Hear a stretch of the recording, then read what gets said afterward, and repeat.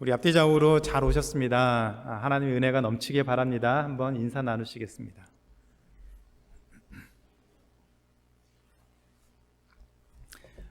살다 보면 좋은 일도 있지만 때로는 힘들고 어려운 상황도 만나기도 하지요. 열심히 노력해서 그런 문제들이 해결되면 전화위복의 기회를 삼을 수가 있습니다. 그러나 그런 문제들이 잘 풀리지 않으면 또 역시 힘들고 어려운 시간들이 지속하게 되고 또 생각보다 그런 어려움들이 오래되다 보면 마음에 위축이 되고 많이 힘들 수가 있습니다. 이런 고난을, 이런 어려움을 경험한다는 것 자체가 우리에게 많은 두려움을 줄 수 있습니다. 오늘 말씀에 큰 두려움을 가졌던 한 사람이 등장합니다. 죽을 병에 걸린 딸로 인하여 큰 두려움을 갖고 예수님을 찾아온 야이로라고 하는 사람입니다. 21절에 보면 거라사 지방에서 귀신 들린 사람을 고쳐주신 예수님이 다시 갈릴리로 돌아오셨다라고 했습니다. 예수님이 돌아오셨다는 소문을 듣고 많은 사람들이 또 예수님에게 몰려들었습니다. 그때 회당장 야이로가 예수님께 나왔습니다. 그리고 예수님의 발 아래 엎드려 죽어가는 자신의 딸을 살려달라고 간절히 간구했습니다. 그런데 마가복음 5장 35절에 보면 예수님을 모시고 집으로 돌아가는 길에 그 딸아이가 죽었다는 소식을 들은 것으로 봐서 야이로의 딸은 아마도 굉장히 위급한, 이제 얼마 남지 않은 그런 절박한 상황이었던 것 같습니다. 그렇기에 야이로는 예수님에게 나와서 자기의 죽어가는 그 딸, 예수님이 고쳐주지 않으면 이제는 죽을 수밖에 없다라고 생각하는 그 딸을 위해서 그 발 아래 엎드리고 살려달라고 간절히 간구했습니다. 딸을 살릴 수만 있다면 아버지로서 그 발 아래 엎드리는 것이 뭐가 그렇게 큰 대수겠습니까? 정말 살릴 방법만 있다면 뭐든지 했었겠지요.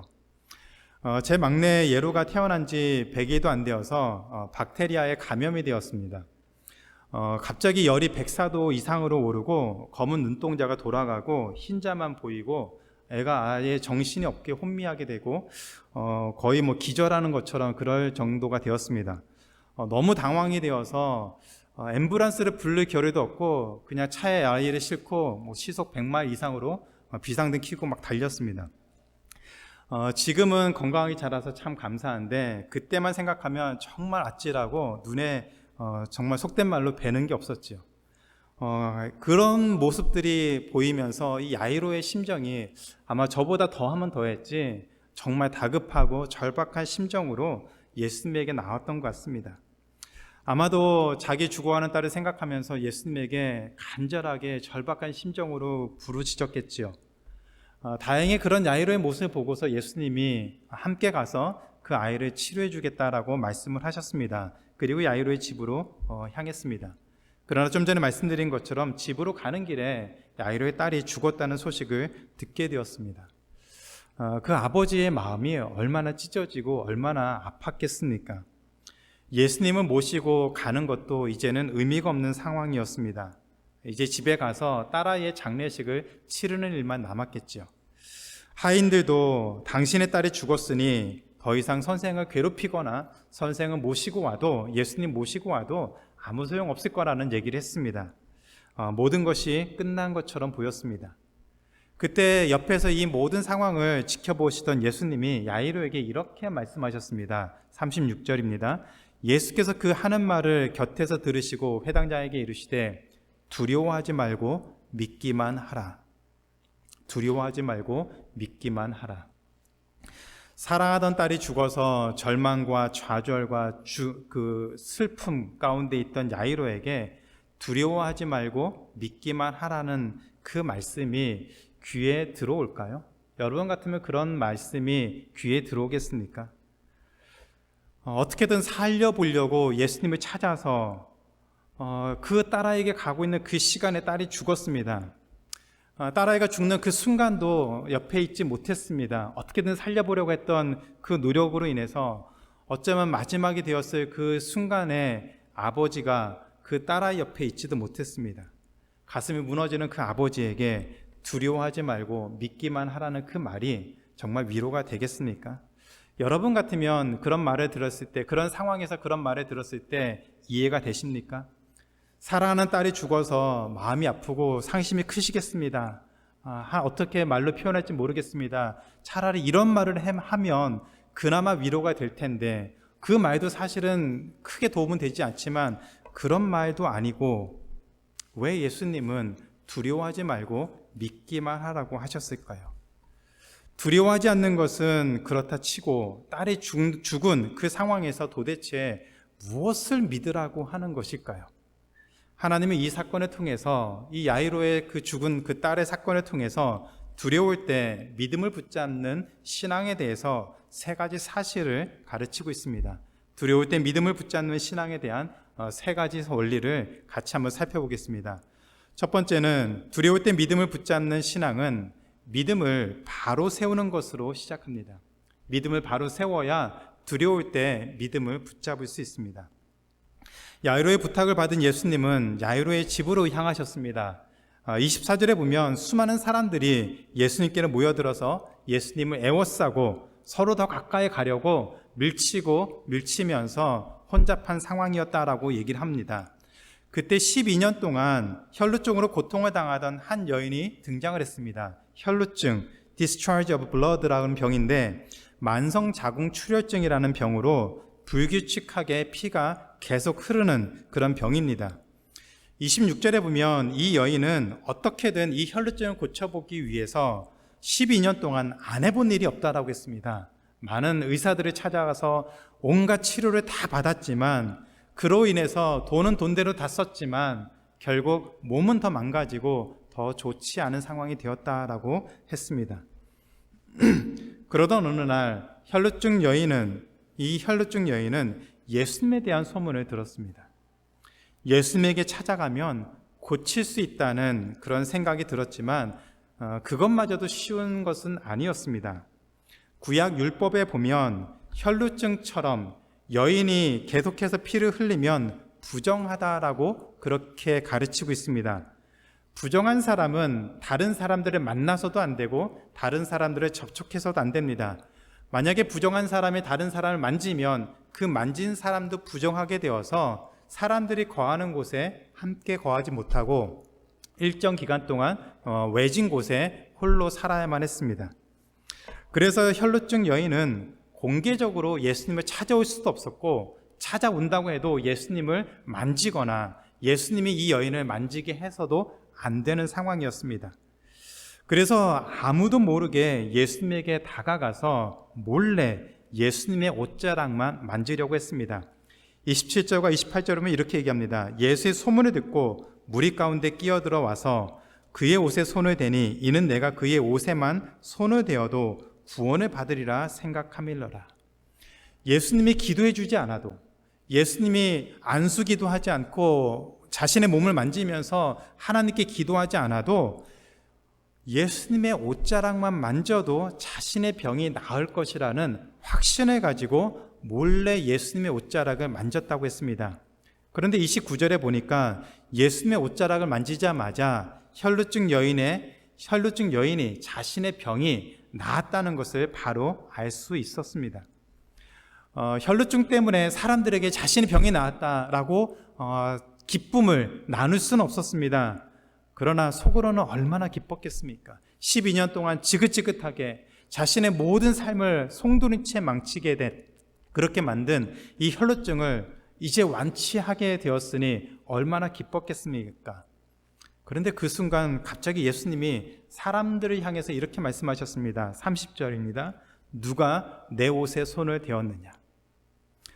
갑작스러운 예수님의 말씀에 제자들이 어이없어 하면서 대답하죠. 31절입니다. 무리가 애워싸 미는 것을 보시며 누가 내게 손을 대었느냐 물으시나이까?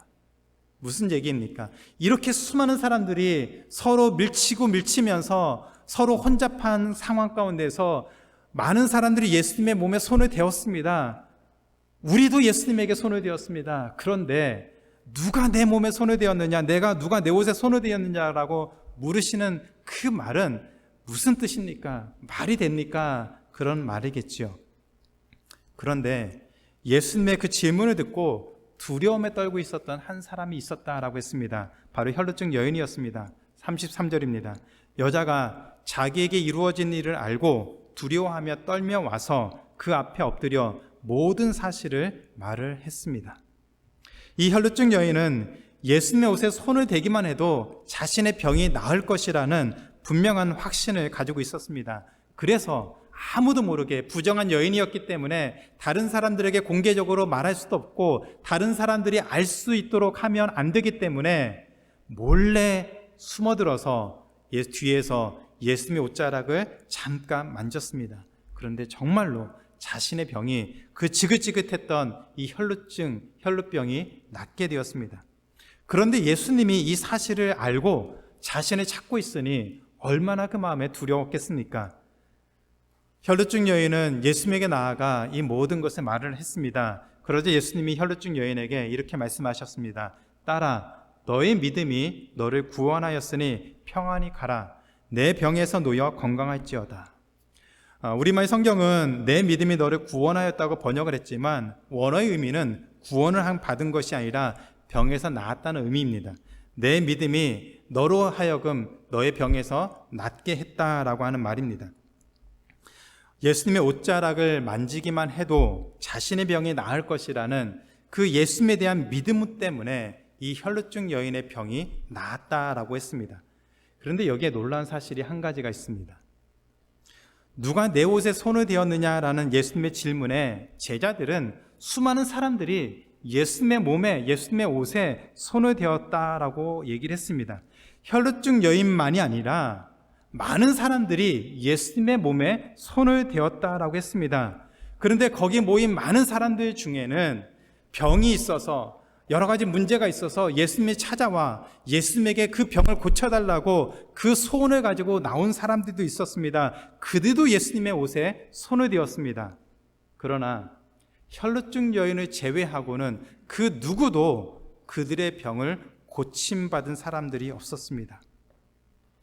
오직 예수님의 옷을 만지기만 해도 자신의 병이 나을 것이라는 그 믿음을 가지고 예수님의 옷자락을 만진 이 혈루증 여인만 병고침의 은혜를 받았습니다. 예수님은 그 이유를 이 여인의 믿음 때문이다라고 말씀하셨습니다. 무슨 얘기입니까? 사람들도 똑같은 행동을 했지만 다른 사람들도 똑같이 예수님의 옷을 만지고 병을 가지고 있었고 고통이 있었고 두려움이 있었고 그들의 문제가 있었고 그럼에도 불구하고 예수님을 만졌지만 그 옷자락을 만졌지만 그들에게는 어떤 일도 일어나지 않았습니다. 왜 그렇습니까? 그들에게는 믿음이 없었기 때문이죠. 믿음이 없었기 때문에 그들은 똑같은 행동을 하고 똑같은 모습으로 예수님께 나왔지만 아무런 변화가 일어나지 않았습니다. 그렇다면 예수님이 말씀하신 이 믿음이라는 것이 무엇일까요? 믿음이 무엇이길래 그 믿음을 가지고 나와서 예수님의 옷자락을 만졌던 이 혈루증 여인은 그 지긋지긋한 병에서 고침을 받을 수 있었을까요? 히브리서 11장 1절에 보면 믿음을 이렇게 말하고 있습니다. 믿음은 바라는 것들의 실상이요 보이지 않는 것들의 증거라고 했습니다. 믿음은 눈에 보이지 않는 하나님을 살아계시다는 것을 분명히 확신하는 것을 믿음이다라고 얘기를 했습니다. 그래서 히브리서 11장 6절에 보면 이렇게 말합니다. 믿음이 없이는 하나님을 기쁘시게 하지 못하나니 하나님께 나아가는 자는 반드시 그가 계신 것과 그가 자기를 찾는 자들에게 상 주시는 이심을 믿어야 할지니라. 이 두 구절을 종합해 보면 하나님이 지금도 살아계셔서 우리와 함께 하신다는 사실을 믿음을 확신을 가지고 하나님을 찾으면 하나님이 그런 믿음을 가지고 하나님을 찾는 자들에게 상을 주신다라고 말을 하고 있습니다. 혈루증 여인이 이 사실을 잘 보여주고 있지요. 그 옷자락만 만져도 자신의 병을 고칠 수 있다는 분명한 확신, 아직은 눈에 보이지 않지만 분명한 믿음을 가지고 그 옷자락을 만졌더니 찾았더니 그 병이 낫게 되는 은혜를 잊게 되었습니다. 그러나 이런 믿음이 없이 똑같이 예수님의 옷자락을 만진 사람들은 어떠한 변화도 어떠한 은혜도 누리지를 못했습니다. 우리는 어떻습니까? 여러분 어떠십니까? 우리는 믿음을 가지고 예수님을 믿고 있습니까? 하나님을 온전한 믿음으로 믿고 계십니까? 기도를 하면서 하나님이 살아계신 것과 우리의 기도를 들어주신다는 확신을 가지고 기도하고 계십니까? 믿음이 없어도 기도할 수 있습니다. 믿음이 없어도 우리는 하나님께 나아갈 수 있습니다. 믿음이 없어도 우리는 예배 드릴 수 있습니다. 기도할 수는 있지만, 하나님을 찾을 수는 있지만 상은 받지 못하겠지요. 왜냐하면 믿음이 없기 때문에. 그런데 하나님이 살아계심을 믿고 하나님을 찾으면 하나님이 우리의 삶을 지키시고 인도하신다는 사실을 경험할 수가 있습니다. 믿음이 이런 삶을 가능하게 한다고 말씀하고 있습니다. 요즘 걱정과 염려가 많으시죠?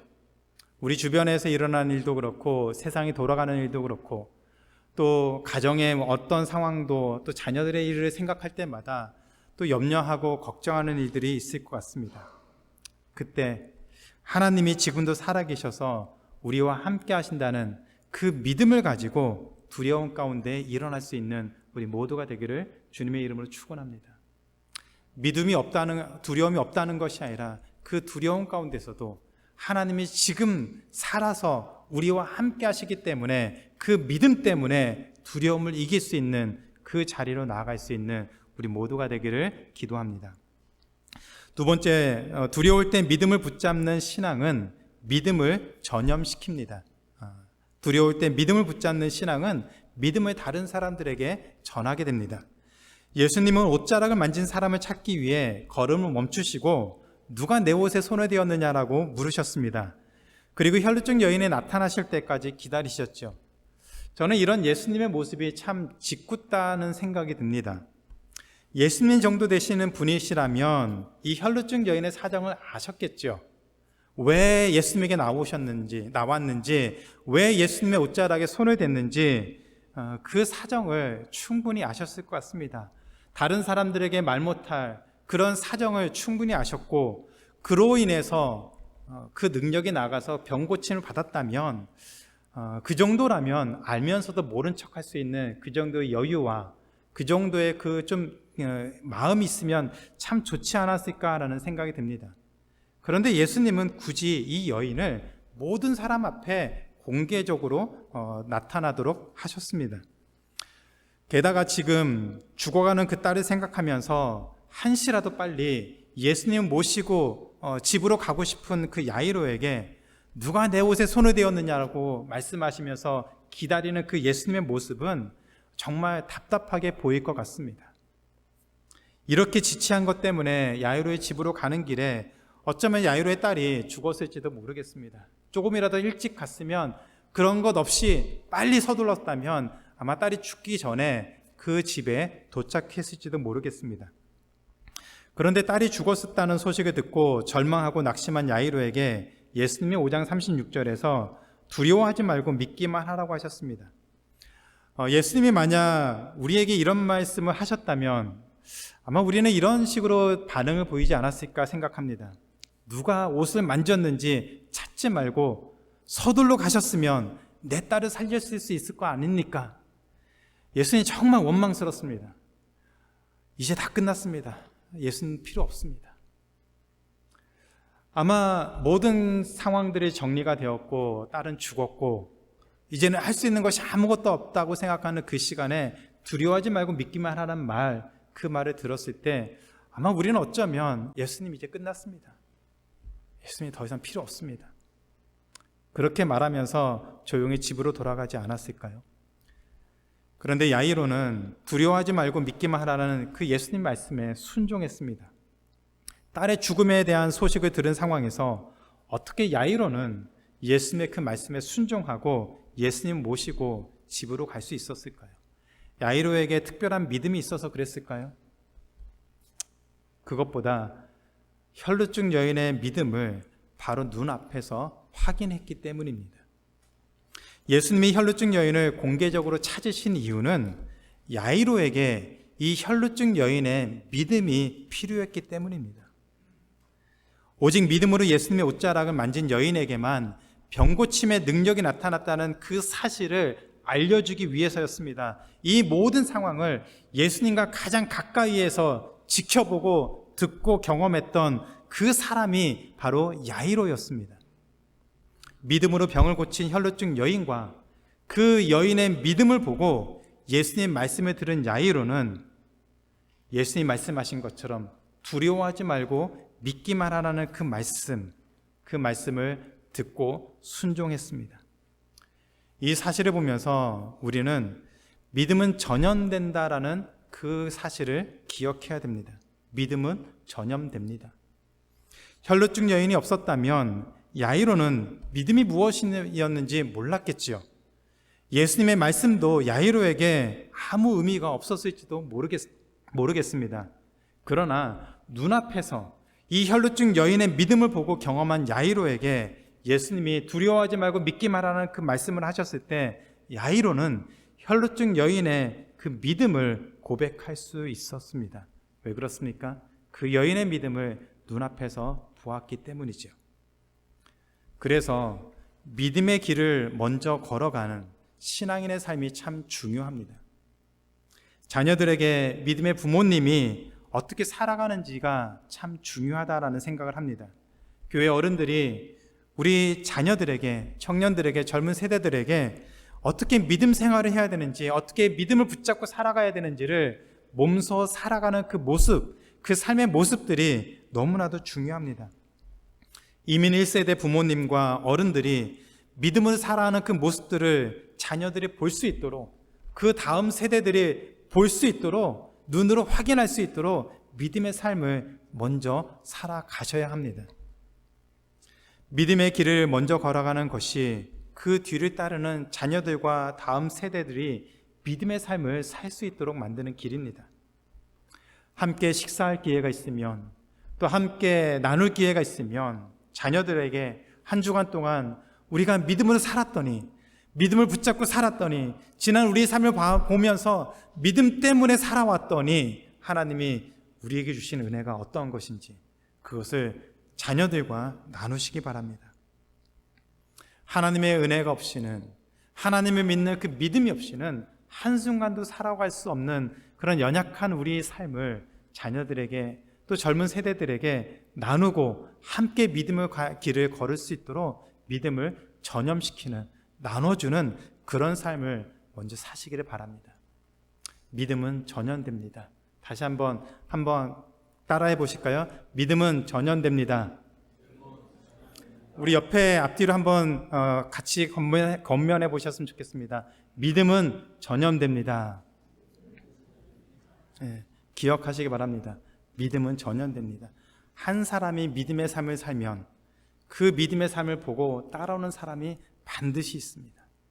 그 삶을 먼저 걸어갈 수 있는 우리 모두의 삶이 되기를 주님의 이름으로 축원합니다. 세 번째로, 두려울 때 믿음을 붙잡는 신앙은 결단을 필요로 합니다. 결단을 필요로 합니다.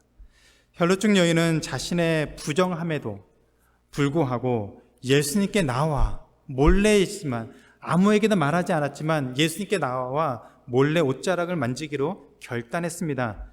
그런 결단이 없었다면 혈루증 여인은 12년이 아니라 더 오랜 시간 동안 그 혈루병으로 인해서 고통당하고 몸은 몸대로 망가지는 그런 어려운 상황에 처했겠죠. 그래서 예수님에 대한 분명한 믿음을 갖고 예수님께 나오기로 결단을 내렸습니다.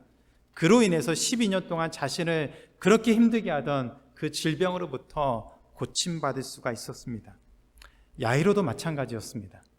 딸이 죽었다는 소식을 들은 야이로는 예수님이 말씀하신 것처럼 두려워하지 말고 믿기만 하라고 하셨을 때 그 사실을 선택할 수 있었습니다.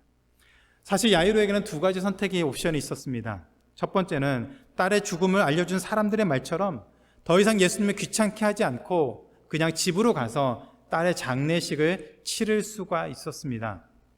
아니면 예수님의 말씀처럼 두려워하지 말고 믿기만 하는, 예수님을 믿고 순종하는 그런 결단을 내릴 수가 있었습니다. 야이로는 예수님의 말씀에 순종하는, 예수님을 믿고 예수님 말씀에 순종하는 결단을 내렸습니다. 그래서 예수님은 야이로의 집에 가셨죠. 5장 41절에 보면 예수님이 그 아이의 손을 잡고 이르시되 달리다굼 하시니 번역하면 곧 내가 네게 말하노니 소녀야 일어나라 하심이라. 소녀가 곧 일어나서 걸으니 나이가 12살이라. 사람들이 곧 크게 놀라고 놀랐다라고 했습니다. 혈루증 여인과 야이로가 내린 믿음의 결단은 우리 신앙생활에도 우리 믿음에도 굉장히 중요합니다. 교회를 오래 다닌다고 은혜를 누리는 것이 아니더라고요. 신앙생활을 오래 했다라고 말하는 것이 믿음이 좋다라는 말하고 똑같은 것이 아닙니다. 힘들고 어려운 상황 가운데서도 믿음을 갖고 예수님 앞으로 나오는 사람이 믿음의 능력을 경험합니다.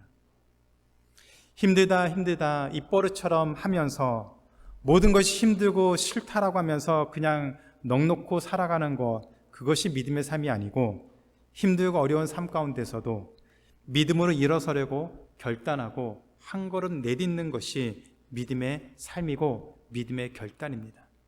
우리가 그렇게 살아야 하죠. 믿음은 결단이 필요합니다. 이해되지 않는 상황 가운데서도 우리 삶을 이끄시는 하나님에 대한 그 믿음의 결단을 우리가 내릴 수 있어야 합니다. 상황이 좋아지면 믿음이 좋아지는 것이 아니더라고요. 우리는 늘 착각하는 것처럼 상황이 좋아지고 모든 것이 풍요로우면 우리가 믿음을 더 담대하게 할 수 있을 것이라고 그렇게 생각하지만 그렇지 않습니다. 오히려 힘들고 어려운 가운데서도 믿음의 선택을 하고 그 과정 가운데 하나님의 은혜를 누리는 것이 오히려 우리 신앙을 더 견고하게 하고 믿음의 삶을 살 수 있도록 만듭니다. 그것이 믿음의 삶입니다. 처음부터 이런 믿음의 삶을 하는 사람은 없습니다. 다 실패하고 두려워서 좌절하고 포기하기도 하지만 그래도 다시 일어서기 위해서 말씀 붙잡고 한 걸음 내딛는 그런 믿음의 선택을, 믿음의 결단을 하는 사람이 나중에 믿음의 삶을 살게 됩니다. 처음부터 아주 크고 놀라운 결정을 내려야지 믿음의 삶을 사는 것이 아닙니다. 작은 일에 순종하면서 그 일을 통해서 하나님이 무엇을 하시는지 기대하고 기도하고 힘들고 어렵고 마음에 주저함이 되지만 그럼에도 불구하고 믿음으로 결단하고 선택하면서 한 걸음 내딛는 것, 그것이 바로 믿음의 결단이고 믿음의 삶을 가능하게 합니다. 말씀의 능력이 없는 삶은 믿음의 결단이 없어서 그렇습니다. 히브리서 4장 2절에 보면 이렇게 말을 합니다. 그들과 같이 우리도 복음 전함을 받은 자이나 들은 바 그 말씀이 그들에게 유익하지 못한 것은 듣는 자가 믿음과 결부시키지 아니함이라. 하나님의 말씀을 지켜야 한다고 말하지만 막상 그런 상황이 돼버릴 때 그때 우리가 믿음의 결단을 믿음과 결부시켜서 우리가 판단하고 행동하는 것이 아니라 인간적인 생각으로 판단하고 살아간다면 우리는 결코 믿음의 삶을 살 수가 없습니다. 세상 사람들은 그렇게 삽니다. 자신들이 생각하는 대로, 자신들이 원하는 대로, 두려울 때는 자기의 방법으로, 어려운 일이 생길 때는 자기가 계획한 대로 모든 것을 풀어가려고 합니다. 그러나 그리스도인들은 그런 상황에 처할 때 믿음의 결단을 내릴 수 있어야 됩니다. 하나님이 살아계시기 때문에 우리가 처해 있는 그 모든 상황 가운데서 이 문제를 컨트롤하는 분이 하나님이시라는 것을 분명히 믿고 그 하나님께 나아가는 믿음의 결단을 내려야 됩니다. 인간적인 생각이 들 수도 있지요. 우리도 경험이 있고 지식이 있죠. 충분히 능력을 해결할 수 있을 것처럼 보일 수 있습니다. 그런 생각을 가질 수 있습니다. 그럼에도 불구하고 기도하시고 믿음의 결단을 내리셔야 됩니다. 우리 마음에 불편한 상황이 되더라도 그런 모든 것들을 내려놓고 믿음의 판단을 할 수 있는 그런 자리로 나아가야 됩니다. 그것이 우리를 믿음의 사람으로 만든다는 것을 기억하시기 바랍니다. 신앙생활을 열심히 하는데 기가 막힌 일을 당하면 말문이 막힙니다. 저도 마찬가지고 우리 모두 마찬가지입니다. 아무리 믿음이 좋고 아무리 담대하게 살아왔어도 어려운 일을 당하면 기가 막히고 참 말문이 막히고 좌절되고 어떤 말도 위로가 되지 않을 때가 있습니다. 어쩌면 시간이 지나야 그나마 잊혀져서 마음이 정리가 되는 상황일 수도 있습니다. 그런데 예수님은 그런 상황 가운데서도, 그런 어려움 가운데서도, 그런 절망 가운데서도 두려워하지 말고 믿기만 하라고 하셨습니다. 그 이유는 우리가 두려운 상황을 만날 때 예수님을 믿고 따라가면, 예수님을 믿는 분명한 선택을 내리면 하나님이 우리 삶을 지키시고 인도하신다라고 약속하셨기 때문입니다.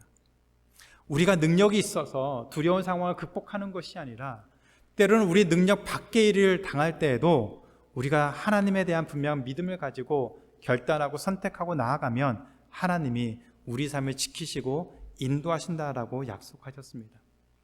그래서 다윗은 시편 23편에서 3절 4절에서 이런 고백을 합니다. 자기 이름을 위하여 의의 길로 인도하시고, 하나님이 하나님의 이름을 걸고 우리를 의의 길로 인도하신다고 했습니다. 우리의 이름을 걸고 인도하신 것이 아니라 하나님의 이름을 걸고 우리를 지키시고 인도하신다고 약속했습니다. 그리고 이렇게 말하죠. 그래서 사망의 음침한 골짜기로 다닐지라도 해를 두려워하지 않도록 주께서 함께 하시겠다고 약속하셨습니다. 우리 인생이 때로는 사망의 음침한 골짜기처럼 보이는 그런 상황에 처할지라도, 생각지 못한 그런 어려움을 만날지라도 그곳에서 하나님이 우리와 함께 하셔서 그곳을 빠져나올 수 있도록 도우시겠다고 말씀하셨습니다. 작은 일부터 믿음의 결단을 내려보시면 어떨까요? 한번 여러분이 기도하시면서 여러분의 삶 속에서, 우리 삶 속에서 하나님이 기뻐하시는 믿음의 선택을 해보시면 어떨까요? 그리고 하나님의 그 인생을 어떻게 인도하시고 그 인생을 어떻게 지키시고 이끌어 가시는지 경험해 봐야 되지 않겠습니까? 우리가 예수님을 믿는 하나님의 자녀라면, 그리스도인이라면 우리 평생 동안 이제는 믿는 자로서 온전한 모습으로 살아가야 되지 않을까요? 하나님 믿는다고 하면서 예수님 때문에 구원받았다고 말하면서 여전히 우리의 생각과 우리의 경험만 믿고 의지하고 사람들에게 뭔가 도움받으려고만 한다면 그것이 나쁘다는 것이 아니라 그것보다 먼저 하나님을 믿는 그 믿음의 선택을 하지 않는다면 우리가 하나님 앞에 얼마나 부끄러운 삶으로 살아가는 것인지 돌아봐야 되지 않겠습니까? 두려움이 없는 사람은 없습니다. 우리는 다 두려운 상황을 만날 수 있습니다. 그러나 두려울 때 믿음을 붙잡을 수 있는 우리 모두가 되기를 기도합니다. 두려움이 없을 수는 없지만 두려움을 당할 때 그 가운데서도 두려워하지 말고 믿음을 붙잡을 수 있는 그 자리로 나아갈 수 있는 우리 모두가 되기를 주님의 이름으로 축원합니다. 이제 말씀 맺겠습니다. 영국 고아의 아버지라고 불리는 조지 밀러가 5만 번의 응답받은 기도로 많은 사람들에게 큰 도전을 주셨죠. 왜 밀러의 기도가 많은 사람들에게 감동을 주고 도전을 줄까요? 조지 밀러가 대단한 사람이어서, 그가 이렇게 많은 응답을 받았으니까 뭔가 특별한 사람이어서 우리에게 큰 도전을 주고 격려가 되고 큰 뭔가 방향성을 제시하는 그런 사람일까요? 아닙니다. 조지 밀러가 기도할 때마다 그 기도를 들어주시는 하나님이 우리가 믿는 하나님이기 때문이죠. 그 하나님에게 우리가 기도하면 우리도 하나님의 기도의 응답을 받을 수 있다는 것을 우리가 알기 때문입니다. 조지 밀러가 믿었던 하나님, 오늘 우리가 믿고 있는 하나님, 우리 청년들과 자녀들이 믿는 하나님은 동일한 하나님이십니다. 두려울 때 믿음을 붙잡는 하나님의 자녀를 지켜주시는 분이시죠. 세상을 살다 보면 힘들고 어려운 일이 있을 수 있지만 그때 우리에게 필요한 것은 두려워하는 마음이 아니라 그 가운데서도 믿는 마음이다. 하나님을 온전하게 믿는 것이다 라고 했습니다. 지금은 두려워할 때가 아닙니다. 지금은 하나님을 믿고 묵묵히 우리에게 주어진 길을 걸어가면서 하나님의 은혜를 누릴 때입니다. 기억하시기 바랍니다. 지금은 두려워할 때가 아닙니다.